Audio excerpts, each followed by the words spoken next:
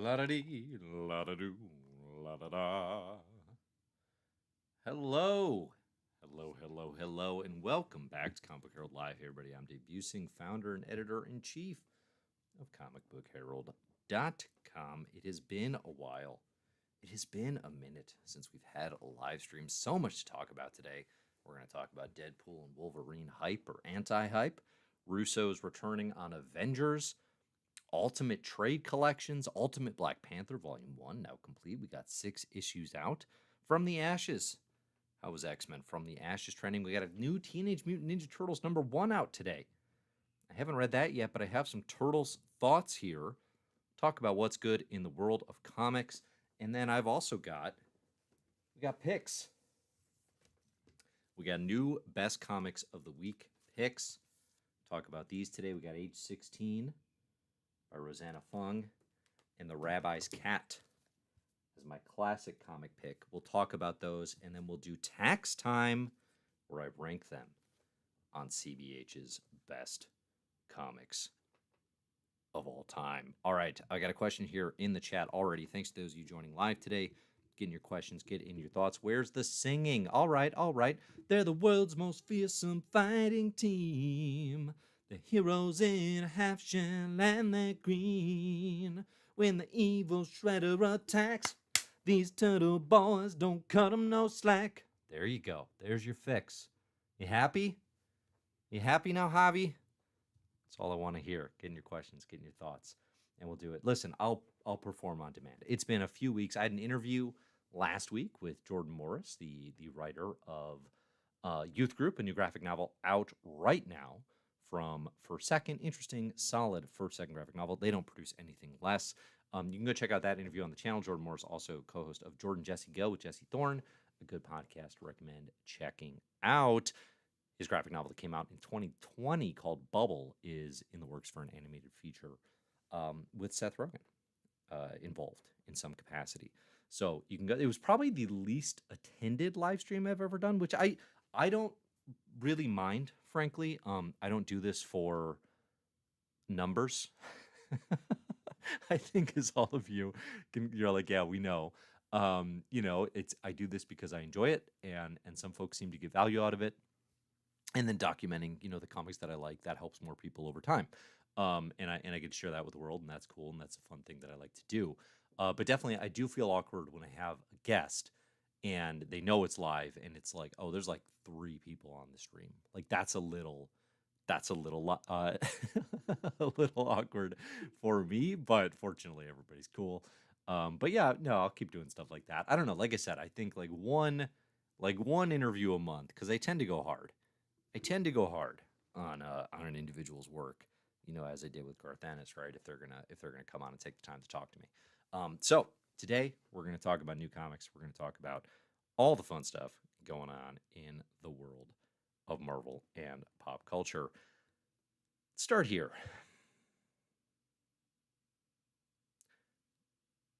You know what? I was gonna talk Deadpool and Wolverine. That's out this week. Here's the thing. I'm not going to see it this week, not because I'm anti the movie or anything. I just don't.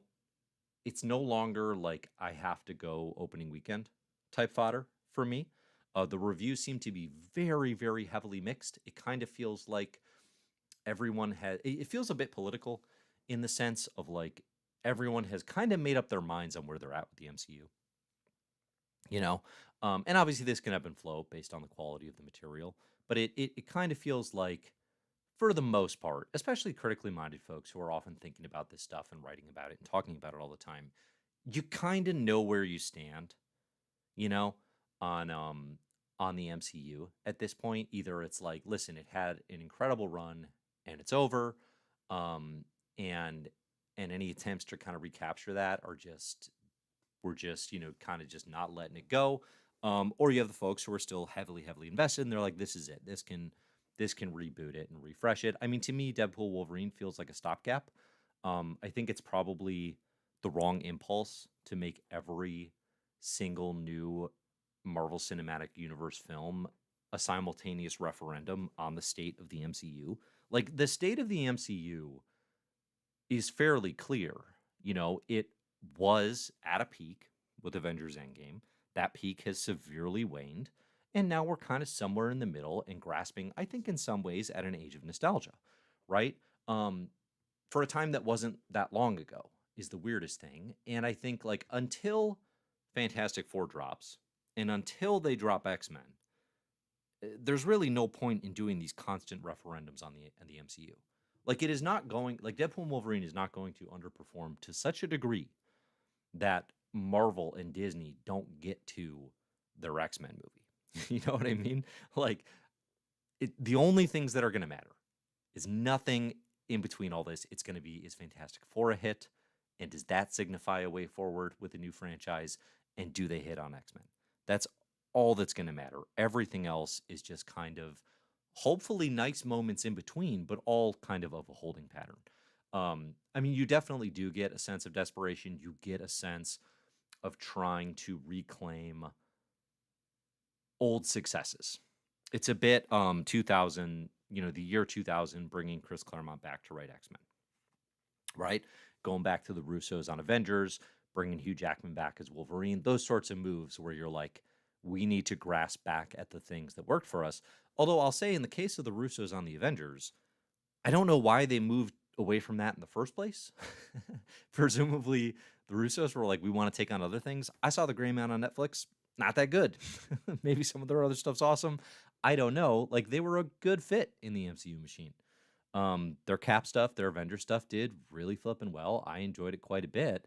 So I saw a lot of cynical takes on like them coming back for Avengers 5 and 6 as like this sign of the MCU being totally cooked. And to me, it's actually it's a very smart move. And possibly an admission of like, yeah, we never should have, neither of us should have separated. It's been weird to me this entire era, this entire post Endgame era of like there's no center, there's no Avengers stuff, right? And how are you going to like continue this propulsion, this endless movie machine without any kind of center?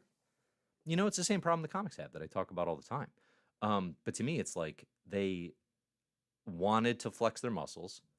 They wanted to show, actually, we can do an Agatha Harkness show, and damn it, people show up. And obviously, the reality is not that. And it's never been that in any other media. And it wasn't going to be that in film or TV. So it's more complicated than that, I'm sure. But at the end of the day, it was kind of just like they were flexing and people aren't impressed anymore. And you do kind of need tentpole centerpiece type stuff. So I hope Deadpool and Wolverine is a good time. I have a feeling I'm going to be a little irritated by it in the way that I wasn't in like Spider-Man No Way Home, for example, where that pulled off the fan service in a narrative that I was totally gripped by. And I have a feeling Deadpool Wolverine will not, but that's negative thinking right at the outset, right? So maybe I gotta shed that line of thinking and go into it with hopes held high. I was not super anti Deadpool 2, even frankly. I had a fine time at that movie. I didn't love it or anything. Obviously, I've liked Jackman's Wolverine, although the batting average is not as good as you'd want it, given kind of the state of the Fox X-Men stuff. So, Christoph says, Feige said verbatim that the MCU was so popular that they didn't need to base the movies on the comics. How did that turn out, Kevin? I mean, that's also never actually been true. I mean, the MCU is heavily indebted to Marvel Comics. And I think in their honest moments, they have admitted that, like all of their successes are, I'm trying to think, like, what is the MCU approach that is the most outside something that was already found in the comics, right? I mean, maybe Guardians kind of it kind of puts its own spin on the 2008 Abnett and Lanning run, but all the DNA is there in the first place. I mean, there's not a lot of MCU material that really goes well outside what has been found in comics. And of course, usually it's a mishmash of different comics elements, and that's where they found their success, is they're not just straight up doing Infinity Gauntlet, they're melding it with other things. Honestly, I think WandaVision might be kind of the closest to like an actual MCU specific version of things, because yes, there's a little Vision DNA, yes, there's a little House of M DNA, but it's slight, it's pretty slight. And they can get away with that, and I like WandaVision quite a bit. Loki does that a little bit. So maybe on the TV side they were a little more experimental, although that was has I don't know. Is anybody out there right now like, what gets a bad rap is Marvel TV. Like, is anybody ride or die on that hill? I mean, that fell apart pretty quickly. Unfortunately, it sucks. But it wasn't to be. So anyway, that's enough MCU thinking. I'm gonna see the movie probably when I have a chance within the next like 2 weeks maybe. So probably not opening weekend, maybe the second weekend. I'll make time. I'll get on here and we'll talk about it. Rob from Comics Explained, the last time we talked, that was, when did Rob and I talk? Oh, it was about X-Men 97. We did talk about doing a Deadpool and Wolverine thing. I figure the fact that I'm not going to see it until way later means probably I'm missing that boat. But potentially I could have somebody on to chat about. If you know somebody who wants to talk Deadpool and Wolverine, but like well after the fact, but like they're cool and they have a huge audience and like would be good for me, then let me know. You can do my booking for me, because it is a pain, and that's why I'm always here all alone.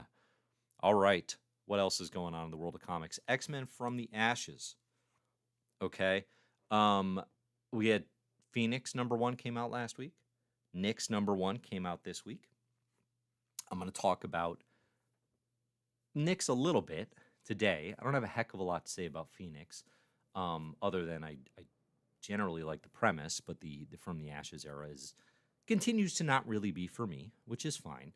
I did, I pointed this out, and it led to many positive but many hostile reactions, as it goes these days, regarding, like, it was one of Hickman's best strategies on X-Men at the launch of Krakoa was making the mainline event the only X comic for 12 weeks, and then keeping the line to 6 books for as long as possible at launch, right? The Dawn of X was 6 comics.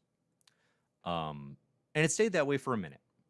Not forever. It was never going to be forever, but it stayed that way for a hot minute. Okay. Now, the next era, From the Ashes, there's no mainline event. There's no mainline Vision, right? And with the announcement of a Psylocke mini coming later this fall, by the end of the year, the line is going to be 14 books minimum. And that's not counting the X-Men Unlimited stuff. So, like, kind of it's 15. And I think it's really good insight into what probably eats at me the most about the launch of From the Ashes versus the launch of House and Powers and Krakoa. And in its simplest terms, it's a quantity versus quality thing, but it's a good insight into the thing about Marvel that just kind of kills me the last several years, and it's the battle between things that are good for actual readers of comics. I'm not talking true comic book fans. I'm not talking, oh, you're only a real reader if you read everything from X-Men, not some sort of gatekeepy fan service. I'm talking the people who go to the shops to buy the books with the purpose of reading them. Because that's not what a vast majority of local comic shop audiences are. Many folks go to the shop to buy the variant, to slab it, to sell it later, right? That's a reality of the ecosystem in the market, and I'm not like, it's just not me. I like going there for the stories, okay? I like going there for the narrative. And you have a battle between people who are interested in that versus things that help Marvel boost their balance sheets. And that's the ability to produce loads of variant covers on loads of new #1 issues. Okay? And that's what From the Ashes is. And that sounds, and it's hard not to have it misconstrued, but it sounds like a dig at like the individual creators. This, like, we're not even getting to the specifics of the creators. We're not even getting to the quality of the books yet. Okay? This is pure strategy and an approach to rolling out, like, how my kind of ideal version of how these books can be made accessible and successful and sold to a readership in a way that is not cynical and manipulative and overly expensive and exhausting, you know?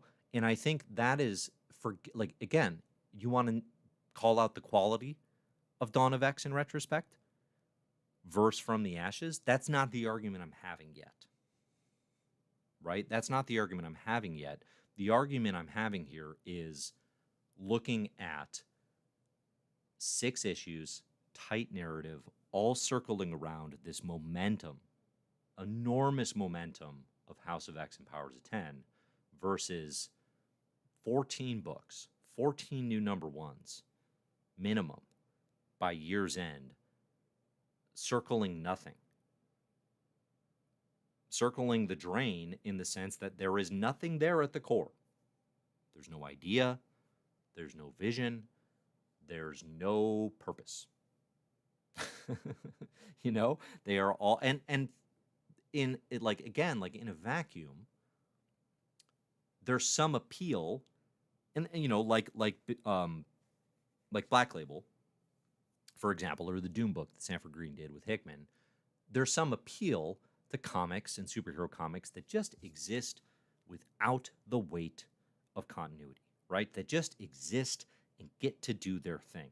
Like, if you just tell me in a vacuum, yeah, Stephanie Phillips is getting to write a Phoenix book, and it's really honing in on the cosmic side of Marvel. She's going to be encountering the likes of the Black Order and Richard Rider and Nova and, you know, the Kiln and all this Annihilation cosmic stuff. You know, it's like, all right, premise-wise, yeah, that's fine. But the reality is this is a shared superhero universe. And it is tied to continuity, and that's part of the appeal. And that's part of the uniqueness of the Marvel Comics line. Also, like, the thing that separates, you know, a book that's like gets to stand outside and on its own merits is the creative forces shaping that work.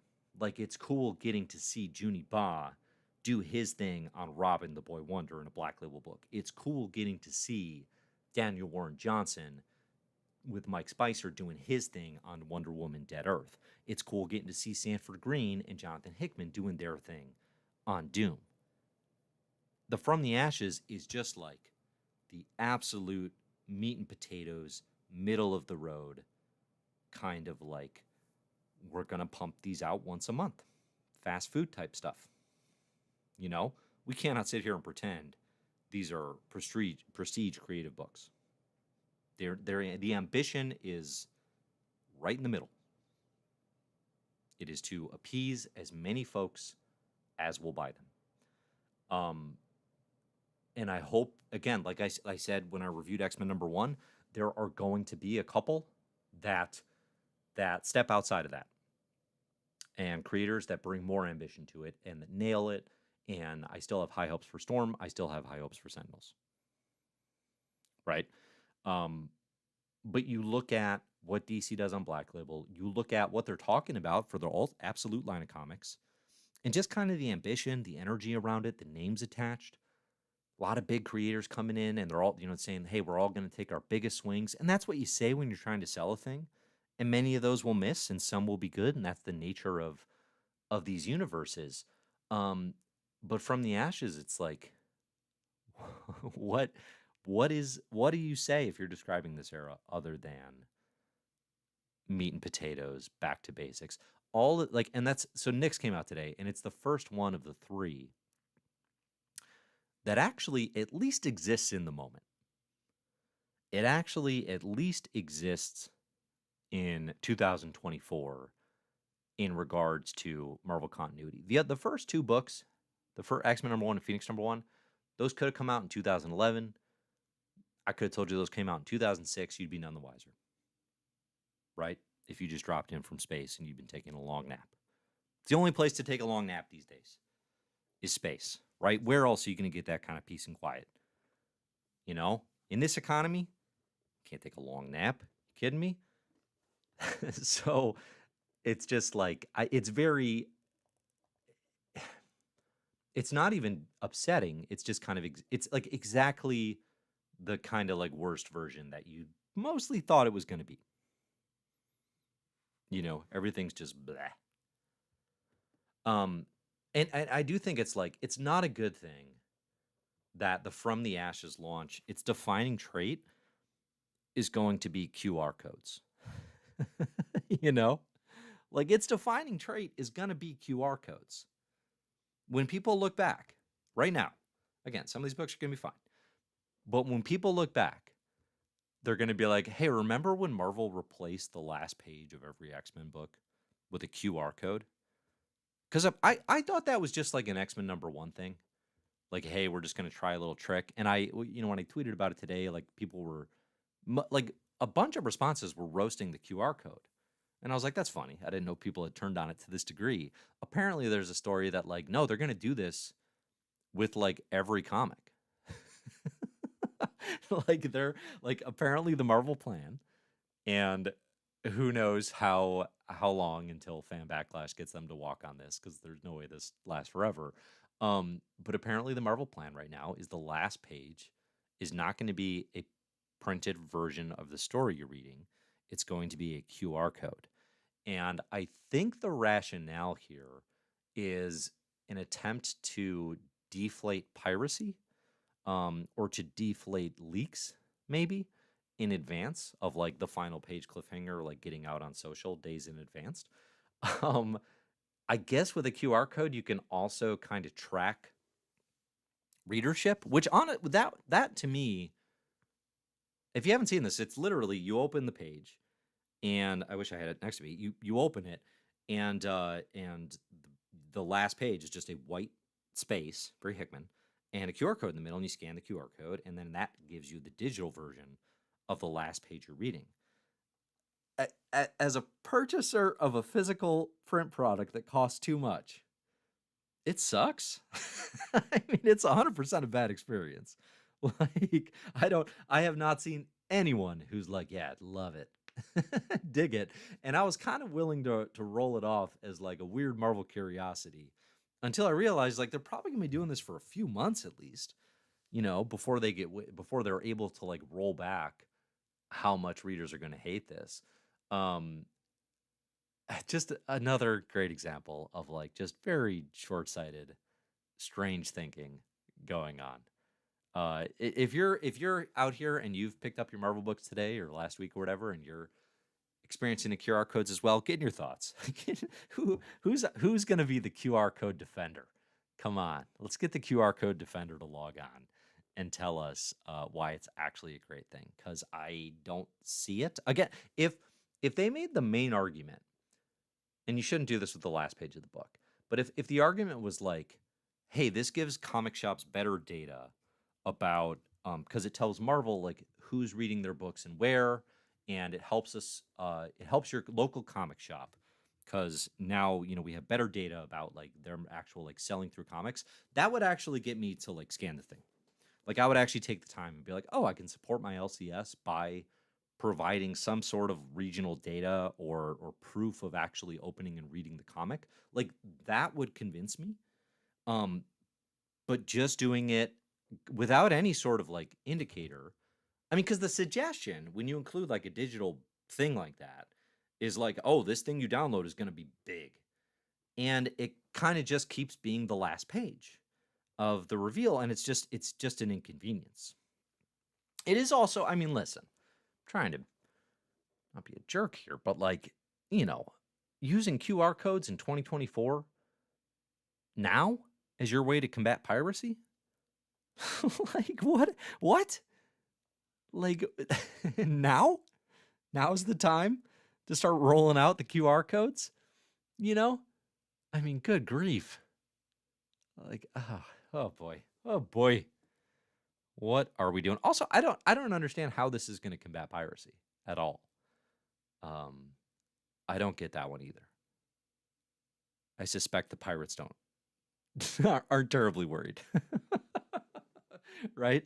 Like Long John Silver out there with raking in his millions on pirated Marvel comics, where most people are reading their comics, isn't sitting here like, damn, they got me. Damn, I'm caught in their net this time. I'll never figure out the QR code.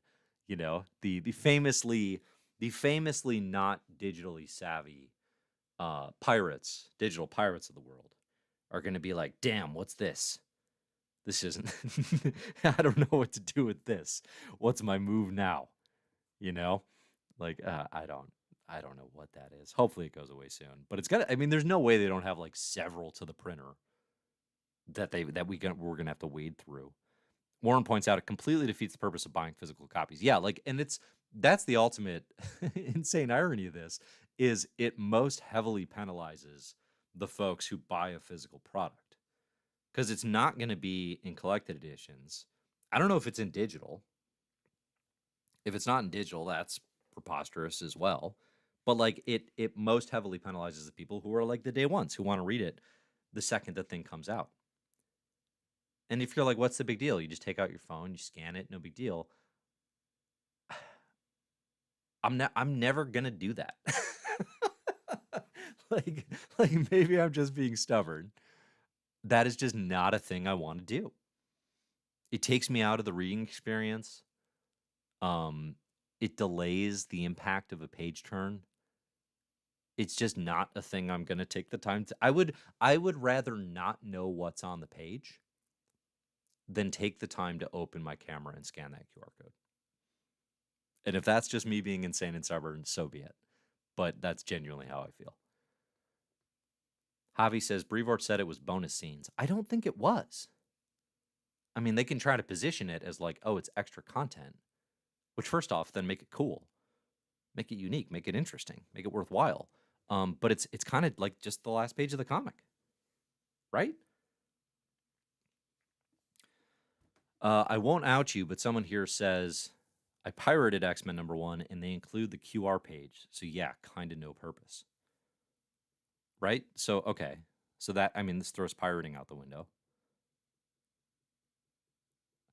Truth Teller says knowing Marvel it somehow lets them pay creators less. It certainly lets them publish less comic for your bang for your buck. I don't understand it. Maybe they're trying to. I haven't counted the pages. Maybe it is an actual. Is it an actual extra page, and you're not actually getting shorted, and it is supposed to be a bonus? Because they have marketed that very poorly. If so, like, first off, I don't think you can just add like one page to a comic. I don't know. Like, maybe you can in print. Maybe it's trades. I'm thinking of. There are certain page restrictions in publishing.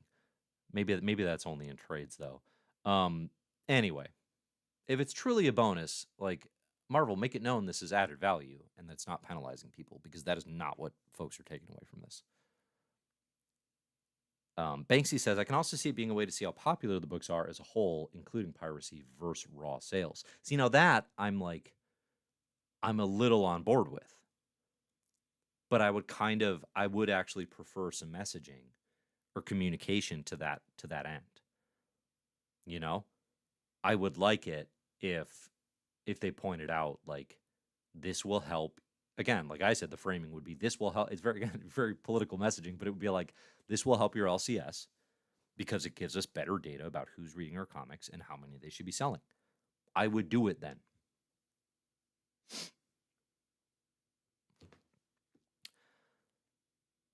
Joel says replacing a printed page of comic with a printed page of QR saves no printing. Okay, yeah. So it's like it doesn't even make sense as a cost-cutting thing, maybe.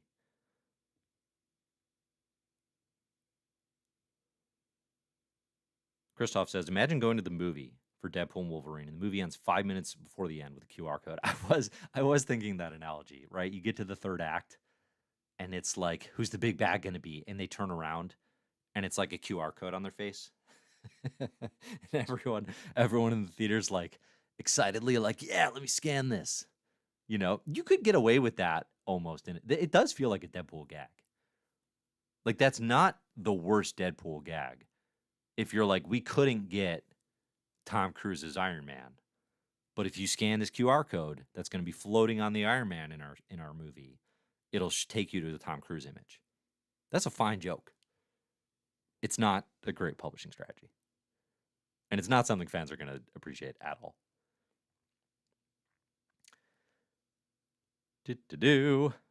Yeah. So Nick's today. All right, let's talk about the comics. Like I said, we got Phoenix. Was fine. You know, I was unbothered. I like making it a cosmic book. Um, Again, kind of my from the ashes, qualm is it sits inside this vast nothingness of contextual space.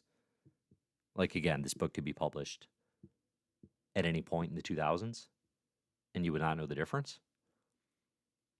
I saw a few things floating around. I saw somebody in the chat here mention this about like the artist swiping panels, and I think folks, there's been I don't know, I haven't followed it closely, but there's been some conversation about like artists that are using, an X-Men comic from 2007, and they're like copying the same pose but with a different character.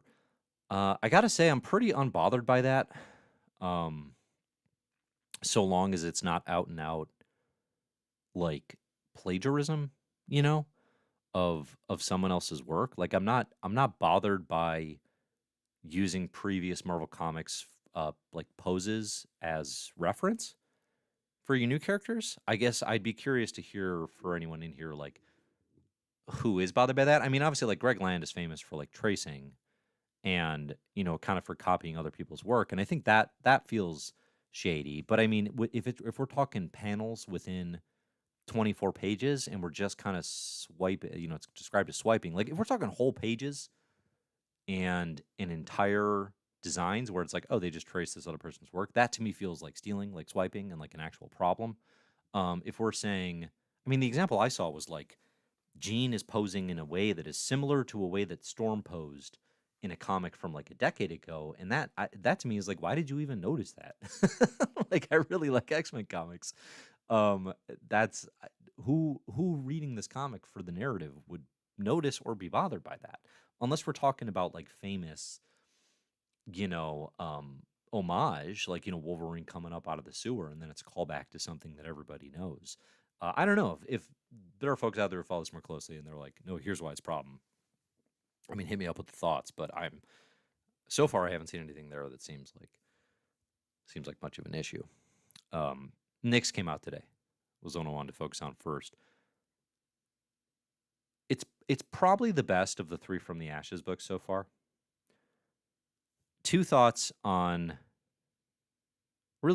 the book.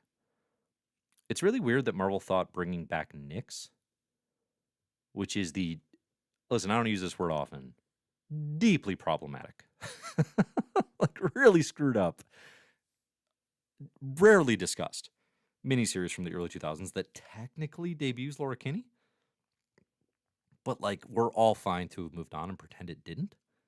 Super weird they thought bringing that back was more new reader friendly than calling this book Miss Marvel. I continue to be baffled by the Akira Yoshida administration's desire to have no Miss Marvel comics. Nyx #1 is a Miss Marvel #1. The only difference is the supporting cast is now filled with mutants because Fall of X, Miss Marvel is declared a mutant, right? There's no reason this book can't just be Miss Marvel #1, and her new best friend is Sophie the Cuckoo, and she's being taught by Prodigy, her new professor, and you got the villains at the end of this are mutants, right? Like, and you got Wolverine, Laura Kinney Wolverine popping around. I mean, I know they want to frame this as like a teen book, but Nyx is not some sort of branding that anyone is looking for. And I don't listen. You want to bring a new title with a new name, or like Marauders, like that wasn't anything anybody was looking for, and it was kind of fun for a minute. That's fine, great, do that. But this is a Kamala book. The first issue certainly is, and I'd be fine if it stayed that way. Like, she's not just a team player. Like, this is a Ms. Marvel book. I continue to be very confused by like, really, Nyx #1 is more appealing than Miss Marvel #1? Why? I don't understand that. Um, it's also so Nyx actually engages a little bit, not just a little bit. It engages the most with actually like addressing like, hey, most mutants used to just live on a sovereign island nation, right? Let's talk about that. So you get Prodigy kind of addressing like, here's what it was, and here's how we're going to talk about it now that the island's gone, and then at the end of it, the villains are former Hellions, Emma Frost students. You got Hellion, you got Empath, You got I can't remember who the other one is now. Oh, the Cuckoos, the rest of them. And their problem now is like they're going to be kind of the Brotherhood of Evil Mutants, but their thing is, we want to bring Krakoa back. Like the restoration of Krakoa is the bad guy. And narratively, I kind of see it. And I think, the thing about all these characters too is like they're the brattiest. Like Empath in particular is like the worst, right? Like manipulates people's emotions, is an absolute sociopath. Like one of the bigger kind of monsters, but also they suck at being monsters, right? Like the Shadow King may have done some heinous stuff, but like a threat, right? Mr. Sinister, a threat. Empath, kind of a joke and just the worst. Like almost Fenris without the Nazi, you know? Um and so I think you kind of have these like sucky people as villains, which is fine. I think they make sense for this like younger cast and this younger tone. But making the restoration of Krakoa, the bad guy, it feels very meta narrative. It feels very early defensive about the fandom that like just wants Krakoa to keep going. Um, I don't know that that is Kelly and Lansing's intent to like come after that crowd. And I don't really consider myself among them because I don't want Krakoa to keep going. I'm more bothered by this X-Men line and Marvel having learned nothing from the Krakoan experience than I am by the fact that Krakoa is done. Um, but making like, yeah, we want to bring Krakoa back, like the villains. That feels very slap in the face to me for the folks who really loved the experience in that previous era. But otherwise, if you called this Miss Marvel #1 and you had this exact same story, I'd be like, yeah, I mean, this is I think the best of the 3 books so far. But not to the point where I'm like, I gotta read #2. I definitely have not had a single one of the From the Ashes books where I was like, I can't wait to read #2. I hope that happens, but it hasn't yet. Let's see. James says, have you been following X-Men Unlimited with the redemption of Charlie X? No, I haven't. And really, already? That seems too fast. Warren says, so they're villains again for no reason. Oh, totally. Yeah. I mean, Empath is just full on, I'm a villain now. The Cuckoos are in the mix. You got the guy named Hellion. What's his name? Julian is calling himself the Krakoan. So yeah, they're just full on. Like you're gonna have a lot of characters now too who are just like, oh, just a villain again. Like that's just gonna happen, you know. Truth Teller says, what are they doing with Miss Marvel, man? I don't mind her being a mutant. Um, I was never especially attached to Kamala the Inhuman. I was more attached to like G. Willow Wilson and Adrian Alphona's narrative around that teenager and her family in New Jersey. I mean, her being an Inhuman was, with the exception of like some light Lockjaw crossover, was never especially that interesting.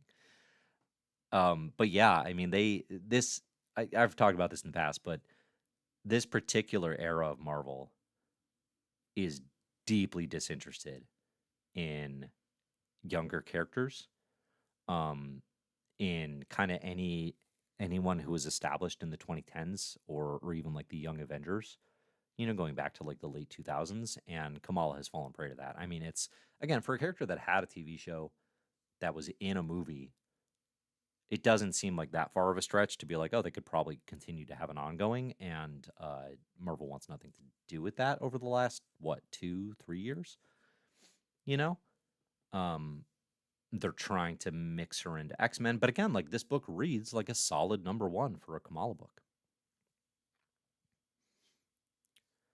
Bunk says, why do you people want Kamala when her books don't sells? Miss Marvel, Kamala Khan is the second best and most successful new character creation of the last 24 years in Marvel Comics, really just falling, clear second to Miles Morales. especially post Spider-Verse. And I think it's, if you're a fan of Marvel, I mean, the best teen book in Marvel was Miss Marvel from 2014 to, like, I don't know, 2016. That Marvel Now era launch was tremendously successful. The first volume of that trade is a perennial Marvel bestseller. So I think the potential is clearly there. This character developed to the point that they're in all sorts of crossover media. And the recent ongoings haven't been great. But the thing about Marvel is they're so long running and they take so many swings that, like, lots of characters throughout, like Spider-Man, for example, we would not question, why does Marvel have an Amazing Spider-Man book? Throughout Marvel history, the last 60 years, Spider-Man comics have sucked a lot more than they've been great. There've been, like, if you're going to read Amazing Spider-Man from Origins to today, you're reading a lot of bad Spider-Man comics. And I think one of the realities of the way Marvel publishes comics is you kind of have to let characters go through the growing pains. You're going to have mediocre runs. And you have to push through to get to the good stuff. Now, I understand business-wise, if Marvel's really looking at this and they're like, we cannot publish a Miss Marvel book because we absolutely cannot sell it, then yeah, like, that's a problem, clearly. But that also speaks to larger problems that face Marvel that are, in some cases, issues of their own making, in terms of, like, well, we can't sell a teen book to anyone, with anyone. I mean, Miles is one of the most familiar faces for young readers right now of, like, any character in fiction. Is Miles Morales considered an amazing local print comic? Is it putting up all-time great numbers in its current iteration? Marvel has a hard time selling these books to the right audiences. That's why they're licensing out to, like, every publisher under the sun. It's not a Kamala problem, it's a Marvel problem. They have to turn to Scholastic to sell to young people. They have to turn to Dark Horse to sell a Jack Kirby covers thing I just saw. They have to turn to Abrams Comics Art to put out a Spider-Man book for young adults. Marvel doesn't know how to sell these books. And the majority of readers who are going to gravitate towards a Miles Morales or a Kamala Khan, they are not walking into a local comic shop. Or if they do, in the kids section, they have a very limited array of the types of things they gravitate towards, which are not floppy comic books, but are collected print comics, not in continuity, that are published for younger readers. Those things need to exist, and Marvel is very slow to that game and that exploding market. Kids will read Dogman 50,000 times before they get the next volume of, like, Moon Girl and Devil Dinosaur and something they might want to read. So I potentially agree that, like, making a Miss Marvel book when your audience is mostly 45-year-old dudes who used to enjoy comics walking into a comic shop, like, yeah, you're going to see some barriers, right? You got to find the right audience. I don't think any of this lies with is the problem that lies with the creation of, again, the best new teen superhero of Marvel 616 until Miles crossed over.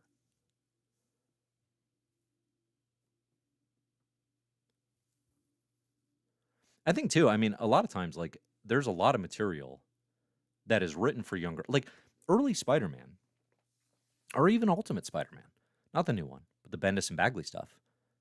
That's a teen book for younger readers. I think there's potentially as like, older individuals, we're like, oh, this is material for teens. It's like sometimes it's about the experience of being a teenager, which is a very communal, shared experience. Most of us can relate to that on an emotional level and can connect back to that and can remember it for good and for ill, right? Like that's a huge part of the popularity of Spider-Man to this day is you're reading about a teen hero struggling with those things, identifying with those things, even as an older reader potentially. The original run of Miss Marvel had tapped into a very similar thing in a way that had not been done as well since, Ditko Stan Lee Spider-Man.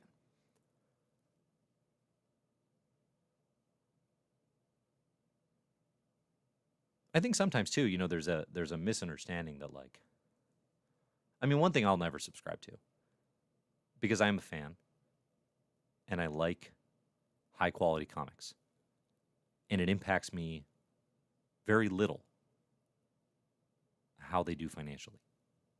I'm not attached to that. That does not bring me joy. That is a business concern of a business that I am not a part of. So I don't care, really. But sometimes it's worthwhile to publish things of a high quality that you believe in, to develop them, and to have them out in the world, and to also believe in the long tail potential of those. I think a lot of crowds like to gravitate towards, poor single issue performance. Buying single issues of comics is an insane behavior. That is a thing that younger audiences do not do. You know what is not? What is less insane is picking up Miss Marvel Volume 1, New Normal, which is like a perennial bestseller for Marvel. You have to develop those things and believe in the long-term potential of them. It's easier said than done.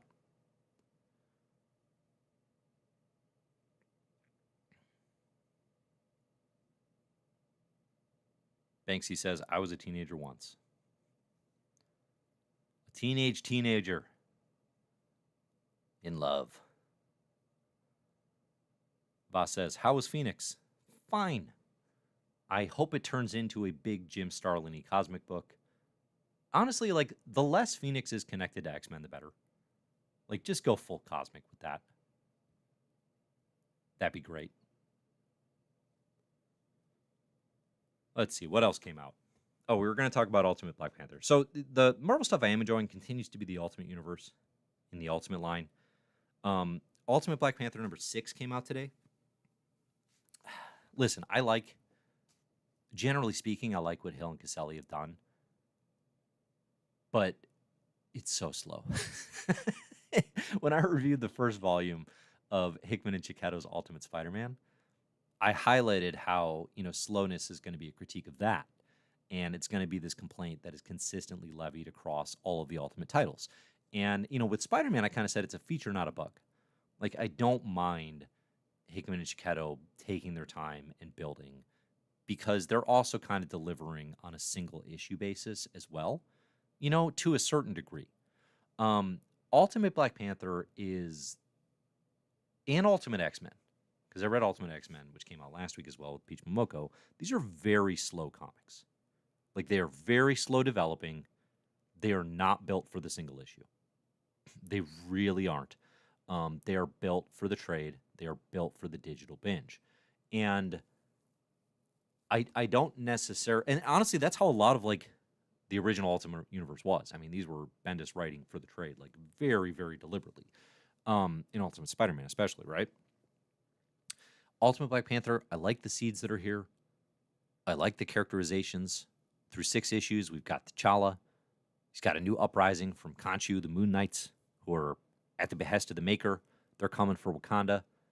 You've got Vibranium. You've got Anti-Vibranium, which is this mysterious element of life that can heal the sick. There seems to be more of some sort of mysterious cosmic artifact, the Anti-Vibranium. That's cool. You got Shuri. Maybe she's a traitor. Maybe she's not. You got Okoye married to Black Panther. Maybe she's a traitor. She's not. You got New Killmonger. You got Ultimate Storm. In love. They're the rebels that T'Challa's adapting to and learning from. You got all the pieces in place for a nice Black Panther.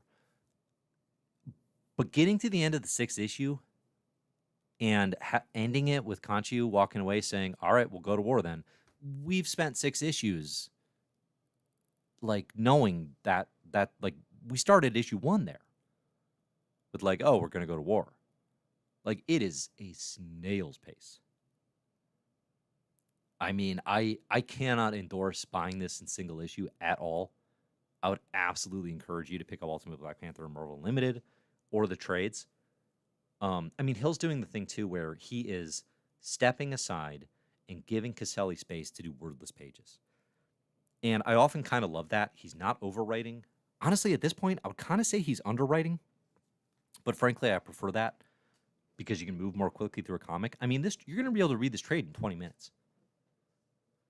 And I think to Caselli's end, he is a compelling artist, but he is not necessarily taking advantage of the freedom that is granted here to do like virtuosic cartoonist things. I think of like John Davis Hunt on the Wildstorm, and that was the thing where an artist was given space and was doing fantastic things, remarkable things. We looked and I said, "Wow, look at that action." You don't really get those moments in Ultimate Black Panther. It is workmanlike and it is strong, but it is not excelling. It is not all-star caliber level. And you kind of need somebody who can do it in a book written in this manner, right? And then on the other side, you have Ultimate X-Men, which is illustrated by an all-star. Like, Peach Momoko's stuff looks incredible. She's just doing her own dang. But, like, this book is also weird as hell. Like, the difference between Ultimate Black Panther and Ultimate X-Men is, yes, they're paced very slowly. Yes, they're moving at their own creative speed. Ultimate X-Men is weird as hell. Ultimate Black Panther is like very familiar. It is playing with familiar elements. It is doing kind of a cinematic version of a Black Panther origin. Ultimate X-Men is like barely an X-Men book. Like a decade ago, I would have been so baffled by this book. I think I would have kind of hated it, honestly. Like there's no satisfying bit of like Mutantdom or X-Men. I still have moments of awe where I'm like, this is an X-Men comic? But now I'm kind of just fascinated and tickled by it. Like the last couple issues, we're getting these little moments of like strange, clever, like different ways of introducing mutants. And we have like Homo Superiors, this cult in Japan, and you have these young Japanese schoolgirls, one of them saying like, "Yeah, we'll be the X team because we get X's on all our grades." And it's like, it's silly and it's so manga inspired. Honestly, there are times reading Ultimate X-Men where I just start reading right to left. And like out of habit. And frankly, I wish they would just start publishing it that way. And just change it up. Or maybe every other issue, just really mess with people. It's barely an X-Men book. It is so disconnected from like everything else going on in the Ultimate Universe, but it's kind of fascinating for that. I want it to have room to grow. This is another one where, I mean, I could more justify like buying the single issues of Ultimate X-Men because the art's so good and Momoko's so talented. But again, it's going to read better. Like narratively, it's going to read way better as a binge in trade or in digital, I think. But I mean, big picture, I'm pretty happy with where the Ultimate Universe is at. It continues to be the corner of Marvel that I'm like excited to engage with. All right, get your questions, get your thoughts.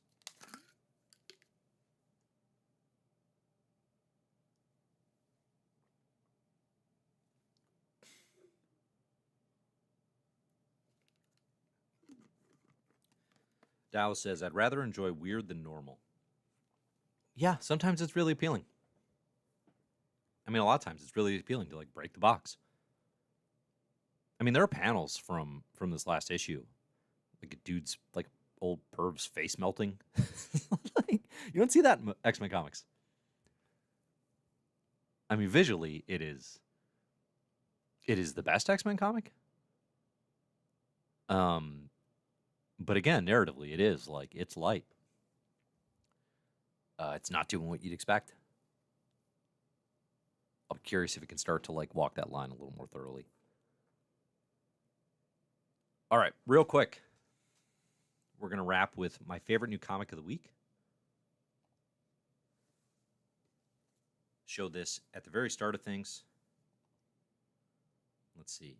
There we go. We got the best comics of all time pick. I got Rosanna Fung's Age 16.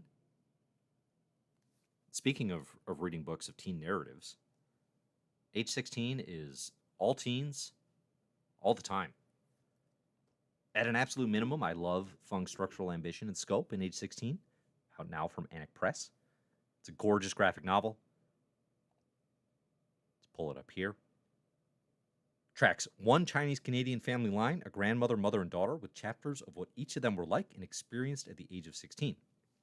So we begin with 16-year-old Roz, in the more familiar, at least for me, setting of Toronto in 2000, before cutting back to her mother's time in 1972 Hong Kong, and then her mother's time, so Roz's grandmother, in 1954 Guangdong. It's a brilliant way to examine why parents act the way they do and what forces shape them to fixate on the things that occupy their brains. Fung not only expertly illustrates how Roz's mother, Lydia, plays into her developing eating disorder, but how Lydia herself experienced similar cutting comments from her mother about weight and eating in Hong Kong in the 70s. Fung draws these consistent mirrors between the women's experiences at 16, despite their vast regional and cultural differences. It's this kind of rare insight every 16-year-old craves when they look at their parent and shout, "Why are you like this?" Cool book, great structure. It's one of my faves of 2024.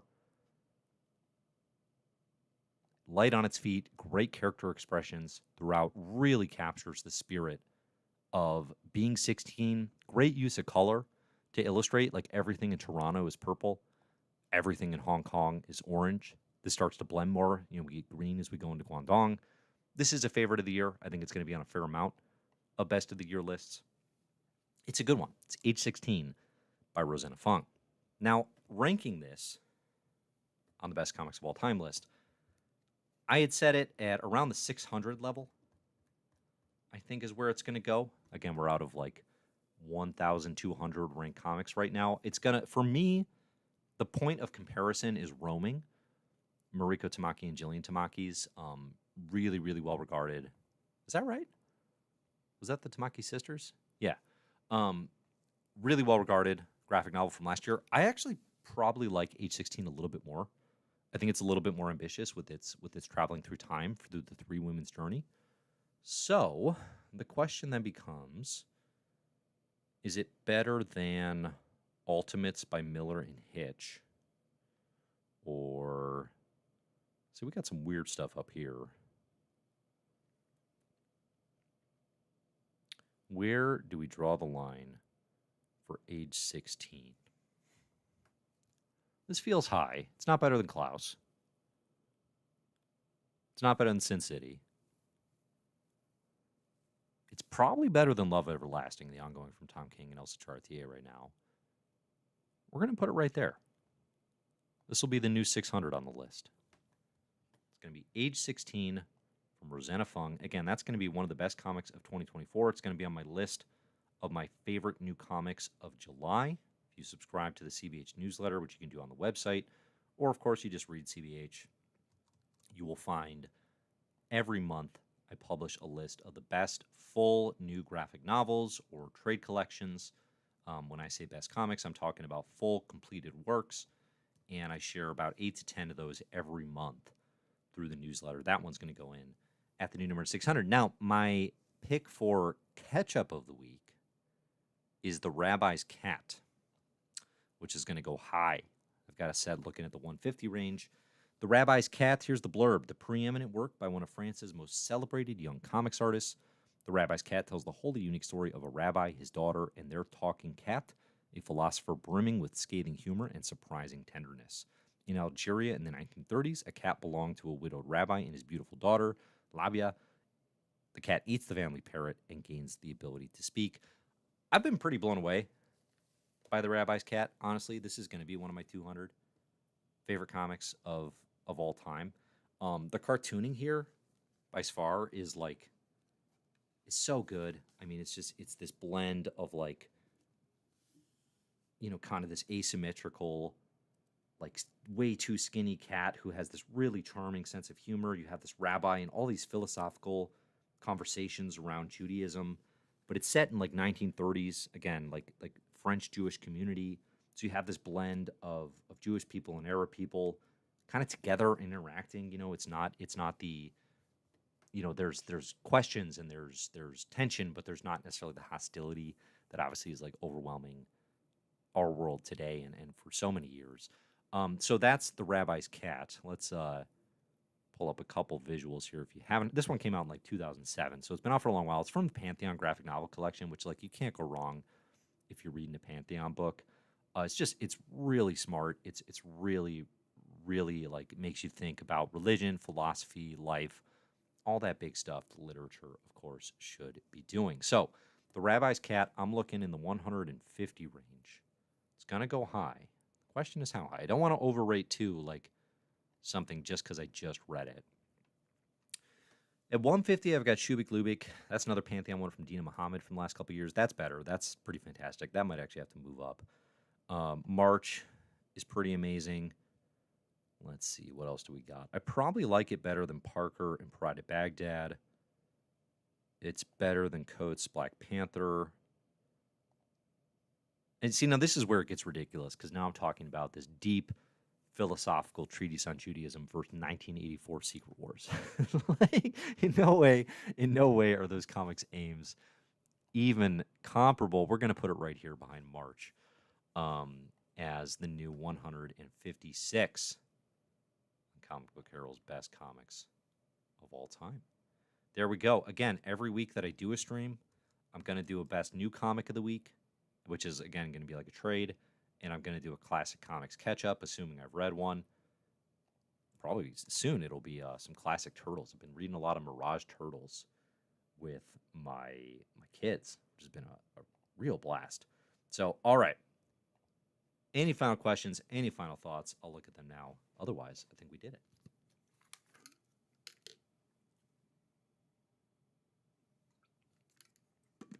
Dow asks, thoughts on Ultimate X-Men trade being only issues 1 to 4?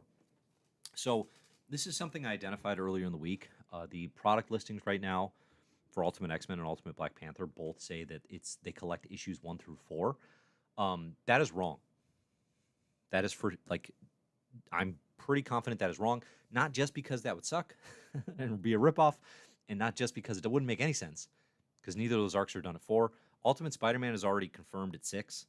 It is, in fact, the first 6 issues. These two should be the first 6 issues as well. Dennis Camp, the writer of Ultimates, reached out to me and said Ultimates will be issues 1 through 6 plus the free Comic Book Day special. So listen, I can't promise it.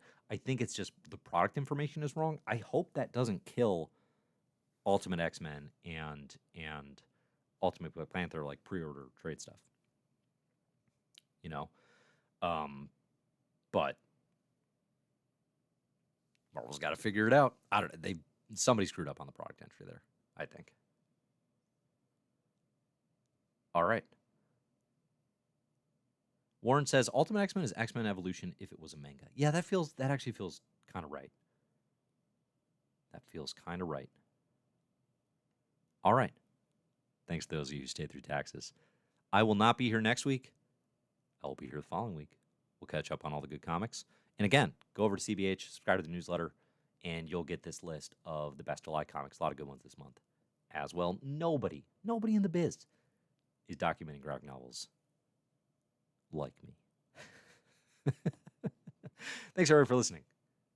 And, I said see you next year. That's my morale this year. Enjoy the comics.